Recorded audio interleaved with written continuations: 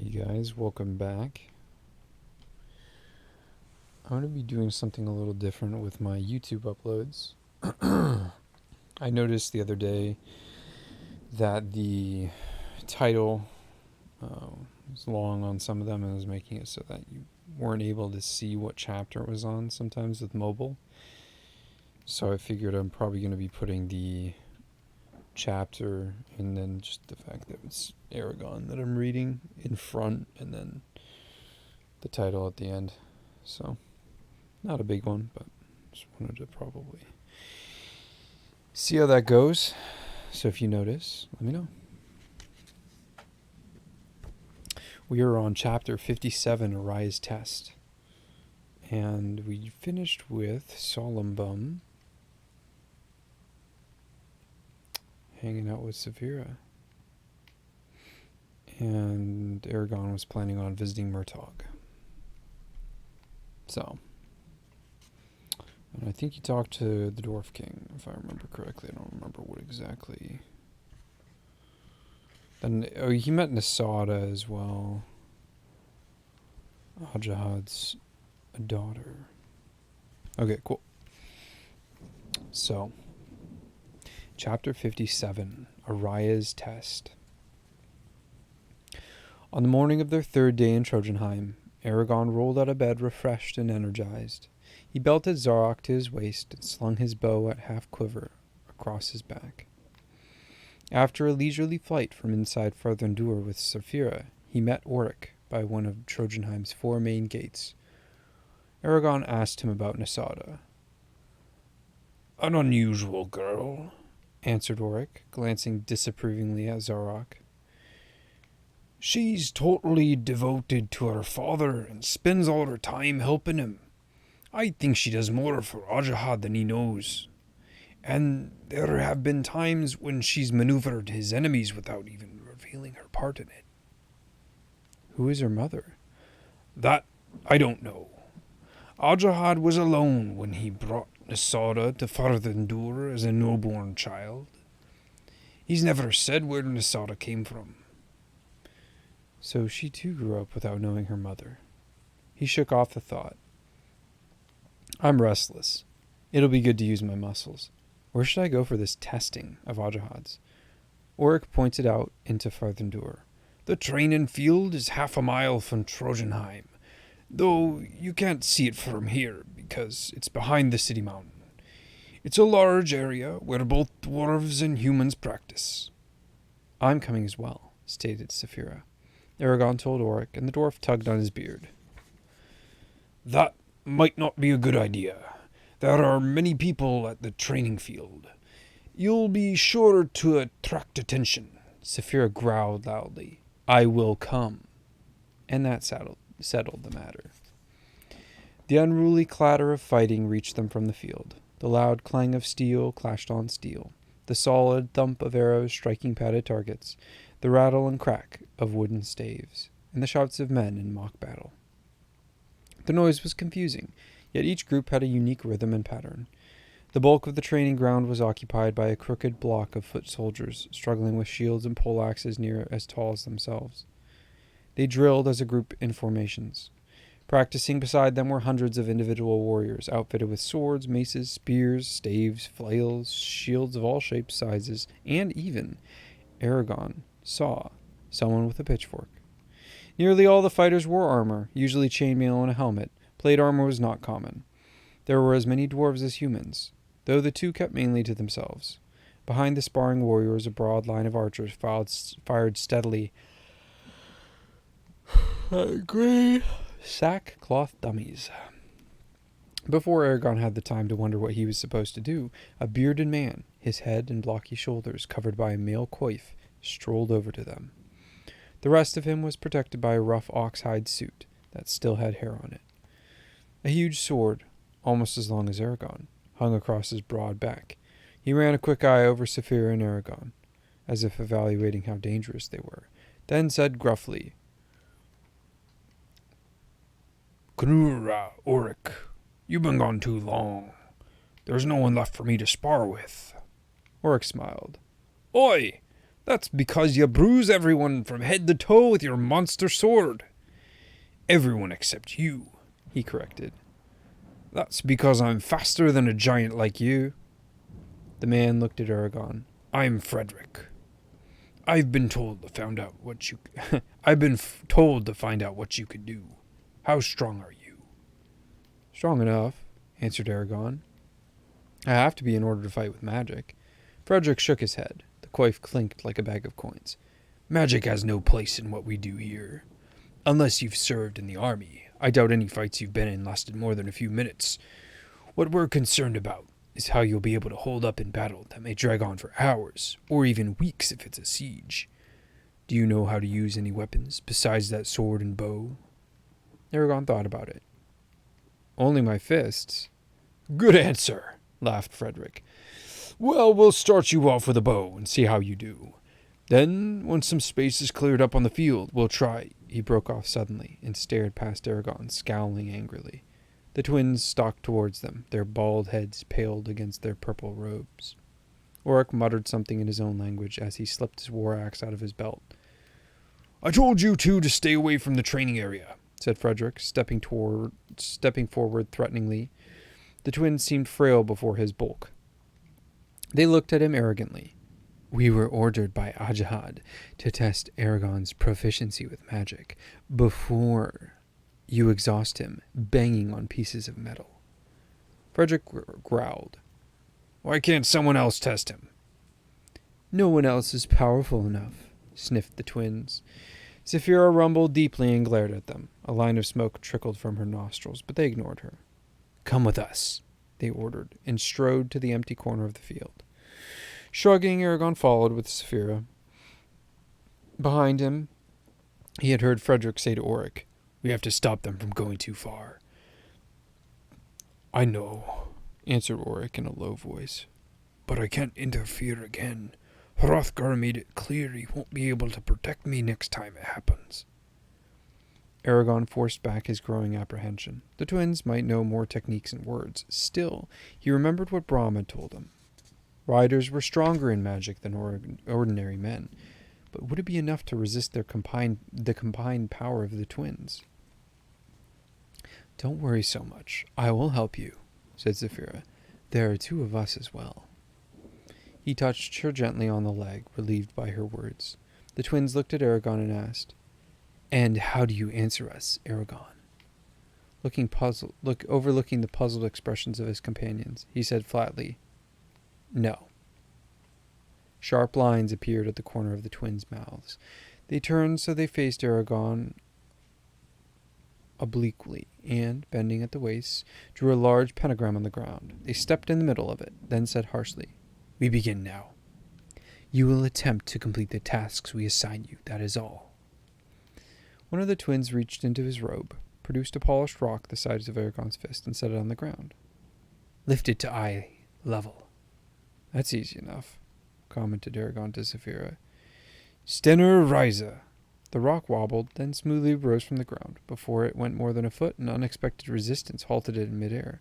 A smile touched the twins' lips. Eragon stared at them in rage. They were trying to make him fail. If he became exhausted now, it would be impossible to complete the harder tasks. Obviously, they were confident in their combined strength. They were confident that their combined strength could easily wear him down. But I'm not alone either, snarled Eragon to himself. Saphira, now! Her mind melded with his, and the rock jerked through the air to stop, quivering at eye level.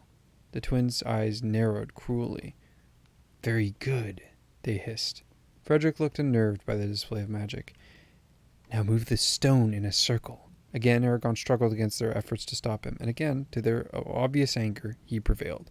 The exercises quickly increased in complexity and difficulty until Eragon was forced to think carefully about which words to use, and each time the twins fought him bitterly, though the strain never showed on their faces. It was only with Saphira's support that Eragon was able to hold his ground. In a break between two of the tasks, he asked her, Why do they continue this testing? Our abilities are clear enough from what they saw in my mind. She cocked her head thoughtfully. You know what? He said grimly as comprehension came to him. They're using this as an opportunity to figure out what ancient words we know, and perhaps learn new ones themselves. Speak softly then, so that they cannot hear you, and use the simplest words possible.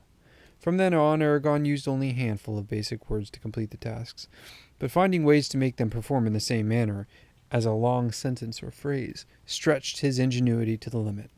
He was rewarded by the frustration that contorted the twins' faces as he foiled them again and again. No matter what they tried, they could not get him to use any more words in the ancient language. More than an hour passed, but the twins showed no signs of stopping. Eragon was hot and thirsty, but refrained from asking for a reprieve. He would continue as long as they did. There were many tests: manipulating water, casting fire, scrying, juggling rocks, hardening leather, freezing items, controlling the flight of an arrow, and healing scratches. He wondered how long it would take for the twins to run out of ideas. Finally, the twins raised their hands and said, "There is only one thing left to do. It is simple enough. Any competent user of magic should find it easy." One of them removed a silver ring from his finger and handed it smugly to Eragon. "Summon the essence of silver." Eragon stared at the ring in confusion. What was he supposed to do? The essence of silver? What was that? And how is it to be summoned? Saphira had no idea, and the twins were not going to help. He had never learned silver's name in the ancient language, though he always knew it had been part of Argotland. In desperation, he combined the only word he thought might work, Ethgri, or invoke, with Argot. Drawing himself upright, he gathered together what power he had left and parted his lips to deliver the invocation. Suddenly, a clear, vibrant voice split the air. "Stop!" The word rushed over Eragon like cool water. The voice was strangely familiar, like a halfly remembered melody. The back of his neck tingled. He slowly turned towards its source. A lone figure stood behind them. Arya. A leather strip encircled her brow, restraining her voluminous black hair, which tumbled behind her shoulders in a lustrous cascade. Her slender sword was at her hip, her bow on her back. Plain black leather clotted her shapely frame, poor remnant for one so fair. She was taller than most men, and her stance was perfectly balanced and relaxed. An unmarked face reflected none of the horrific abuse she had endured. Arya's blazing emerald eyes were fixed on the twins, who had turned pale with fright. She approached on silent footsteps and said in soft, menacing tones, "Shame. Shame to ask him what only a master can do. Shame that you should use such methods. Shame that you... Shame that you told Ajahad you didn't know Eragon's abilities. He is competent. Now leave." Arya frowned dangerously, her slanted eyebrows meeting like lightning bolts in a sharp V, and pointed at the ring in Eragon's hand. "Arget!" she exclaimed thunderously. The silver shimmered, and the ghostly image of a ring materialized next to it. The two were identical, except the aspiration seemed pure and glowed white-hot. At the sight of it, the twins spun on their heels and fled, robes flapping wildly. The insubstantial ring vanished from Eragon's hand, leaving the circlet of silver behind. Oric and Frederick were on their feet, eyeing Arya warily. Saphira crouched, ready for action. The elf surveyed them all. Her angled eyes paused on Eragon, and she turned and strode toward the heart of the training field. The warriors ceased their sparring and looked at her with wonder. Within a few moments, the entire field fell silent in awe of her presence. Eragon was what is this word? Oh. Eragon was inexorably dragged forward by his own fascination. Saphira spoke, but he was oblivious to her commands. A large circle formed around Arya. Looking only at Eragon, she proclaimed, "I claim by right of the trial. I claim the right of trial by arms. Draw your sword." "She means to duel me." "But not, I think, to harm you," replied Saphira slowly. She nudged him with her nose. "Go acquit yourself well. I will watch." Eragon reluctantly stepped forward. He did not want to do this when he was exhausted from magic use, and when there were so many people watching. Besides, Arya could be in no shape for sparring. It had only been 2 days since she had received Tunavor's nectar. I will soften my blows so I don't hurt her, he decided. They faced each other across the circle of warriors. Arya drew her sword with her left hand. The weapon was thinner than Eragon's, but just as long and sharp. He slid Zarok out of his polished sheath and held the red blade point down by his side. For a long moment they stood motionless, elf and human watching each other. It flashed through Eragon's mind that this was how many of his fights with Brahm had started. He moved forward cautiously. With a blur of motion, Arya jumped at him, slashing at his ribs. Eragon reflexively parried the attack, their swords meeting in a shower of sparks. Zarok was battered aside as if it was no more than a fly. The elf did not take advantage of the opening, however, but spun to her right side, hair whipping through the air, and struck at his other side. He barely stopped the blow and backpedaled frantically, stunned by her ferocity and speed. Belated, Eragon remembered Braun's warning that even the weakest elf could easily overpower a human. He had about as much chance of defeating Arya as he did Durza. She attacked again, swinging at his head. He ducked under the razor-sharp edge. But then why was she toying with him?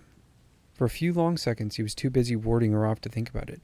Then he realized, she wants to know how proficient I am. Understanding that, he began the most complicated series of attacks he knew. He flowed from one poise to another, recklessly combining and modifying them in every possible way. But no matter how inventive he was, Arya's sword always stopped his. She matched his actions with effortless grace. Engaged in a fiery dance, their bodies were linked and separated only by flashing blades. At times they nearly touched, taut skin only a hair's breadth away. But then momentum would whirl them apart, and they would withdraw for only a second, to join again. Their sinuous forms wove together like twisting ropes of wind-blown smoke. Eragon could never remember how long they fought. It was timeless, filled with nothing but action and reaction. Zarok grew leaden in his hand. His arm burned ferociously with each stroke. At last, as he lunged forward, Arya nimbly sidestepped, sweeping the point of her sword up against his jawbone with supernatural speed. Eragon froze as the icy metal touched his skin. His muscles trembled from exertion. Dimly, he heard Saphira bugle, and the warriors cheering raucously.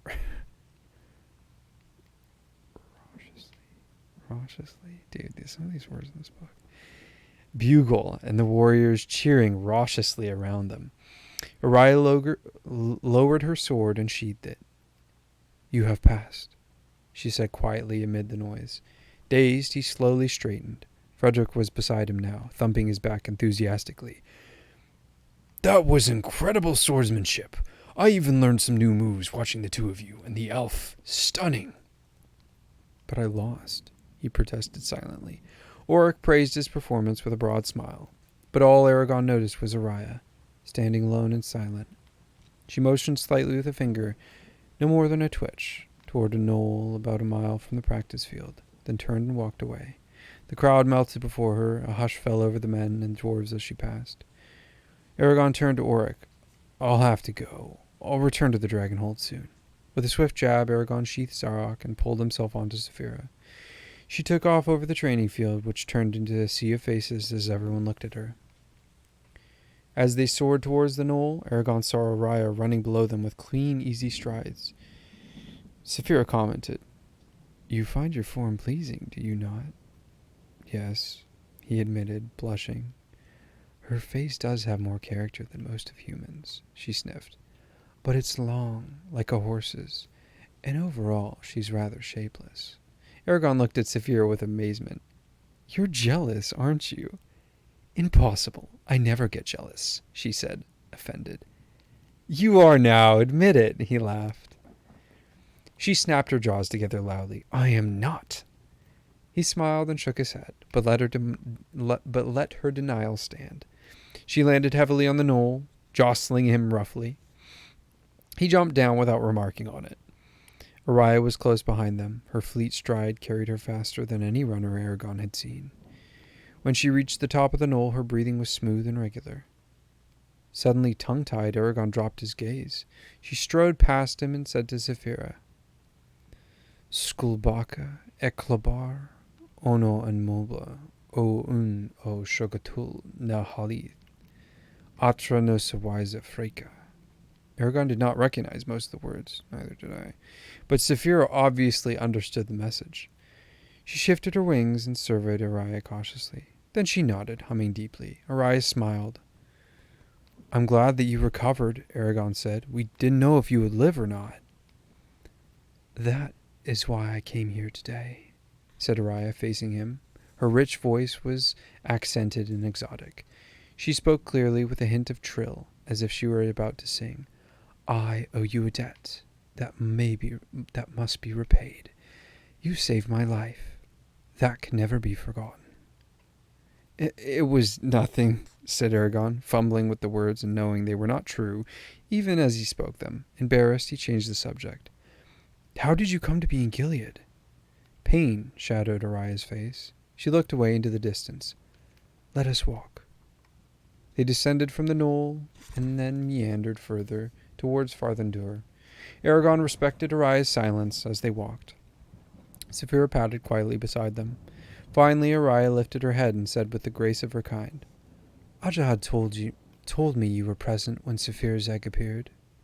Yes. For the first time, Eragon thought about the energy it must have taken to transport the egg over dozens of leagues that separated Duweld and Varden from the spine. To even attempt such a feat was courting disaster, if not death. Her next words were heavy. Then know this. At that moment you first beheld it, I was captured by Durza. Her voice was filled with bitterness and grief. It was he who led the Urgles that ambushed and slew my companions. Floyne and Gledwing. Someone he knew. Oh, somehow he knew where to wait for us. We had no warning. I was drugged and transported to Gilead. There, Durza was charged by Galbatorix to learn where I had sent the egg, and all I knew of Elsmera. She started ahead icily, jaw clenched. He tried for months, without success. His methods were harsh. When torture failed, he ordered his soldiers to use me as they would. Fortunately, I still had the strength to nudge their minds and make them incapable. At last, Galbatorix ordered I was to be brought before Orobian. Dread filled me when I learned this, as I was weary both in mind and body, and had no strength to resist him. If it were not for you, I would have stood before Galbatorix in a week's time. Eragon shrugged inwardly. It was amazing what she had survived.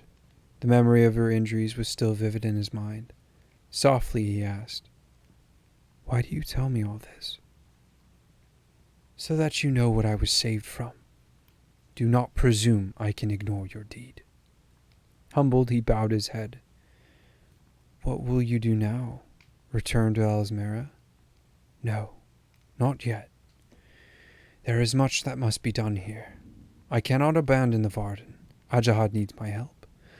I've seen you test it with both arms and magic today. Brahm taught you well.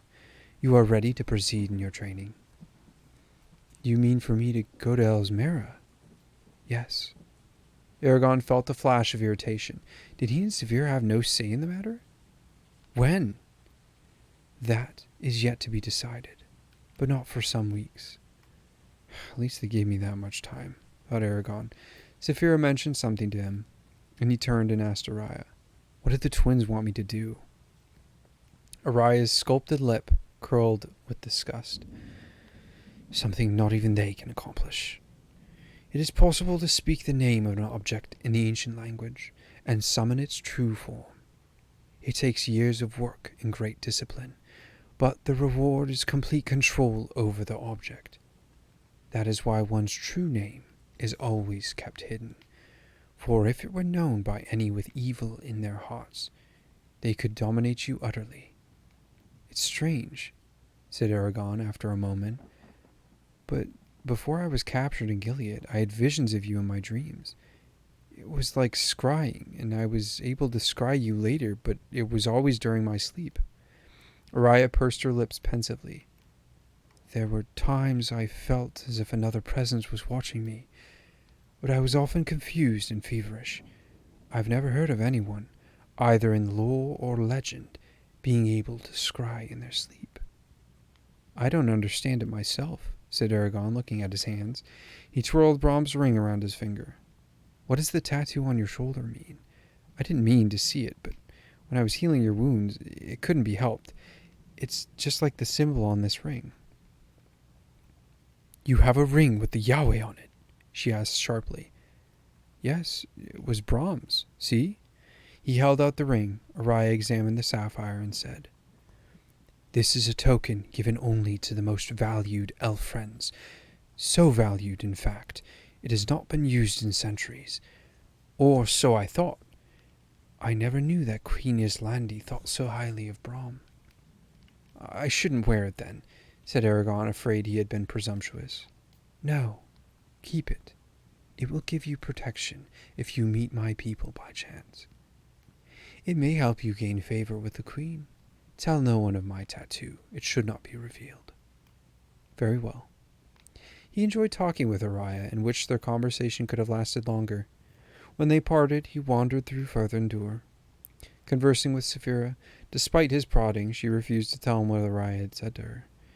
Eventually, his thoughts returned to Murtagh, and then to Nisada's advice. I'll get something to eat. Then go see him, he decided. Will you wait for me so I can return to Dragonhold with you? I will wait. Go, said Saphira.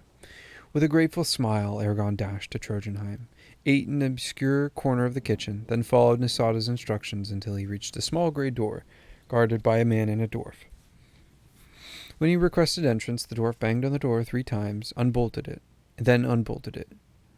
Just holler when you want to leave, said the man with a friendly smile. The cell was warm and well lit, with a wash basin in one corner and a writing desk equipped with quills and ink in the other. The ceiling was extensively carved with lacquered figures. The floor was covered with a plush rug. Murtagh lay on a stout bed, reading a scroll. He looked up in surprise and exclaimed cheerily, Eragon! I hoped you would come. I thought...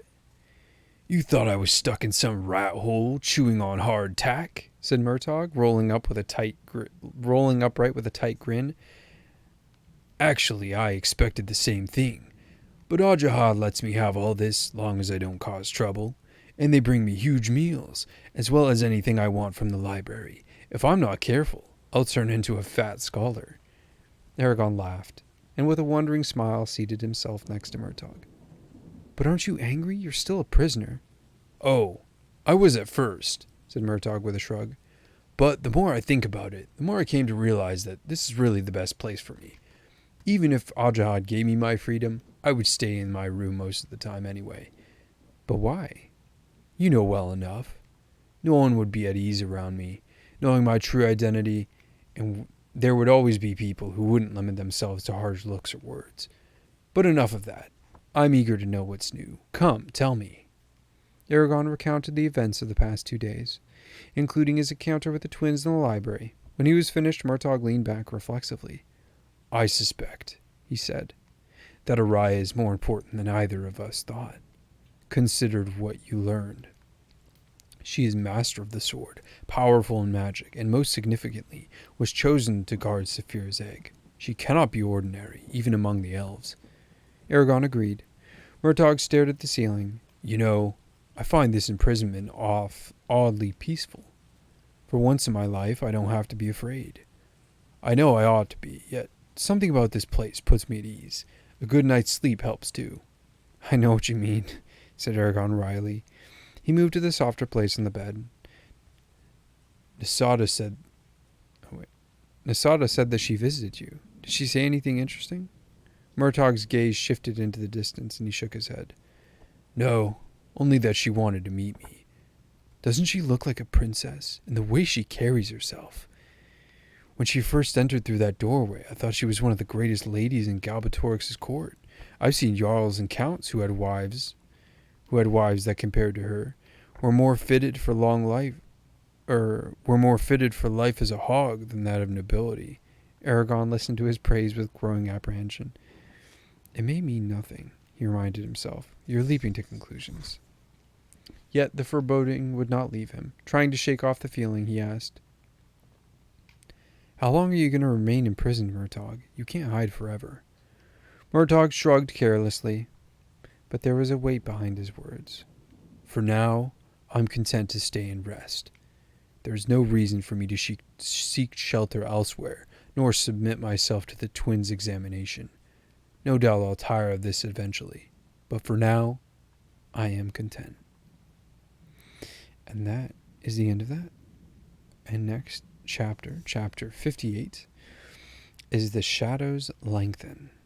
And we will read that at a later date.